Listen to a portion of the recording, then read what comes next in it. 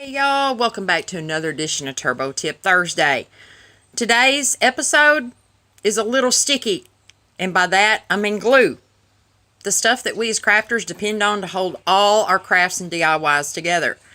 Have you ever wasted glue? Have you ever picked up a bottle of wood glue and just want a teensy weensy little amount, and then a big old cupful comes out on your project?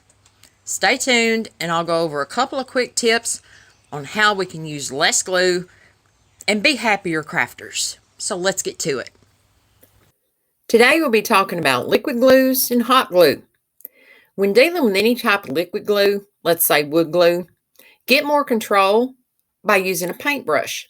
That way you can put the exact amount you need right on the spot. Especially helpful when dealing with really small projects, or put some glue into a smaller squeezable container like the one I just showed. For hot glue, be sure to always use the right kind of glue stick for your glue gun. If you have a high temp glue gun, don't use a low temp glue stick, or you'll end up with puddles of glue all over your table and you won't have much left for the craft you're working on. I know, because that's happened to me a couple of times. But if you got a crafting tip, trick, or hack, comment below. Share it with everybody.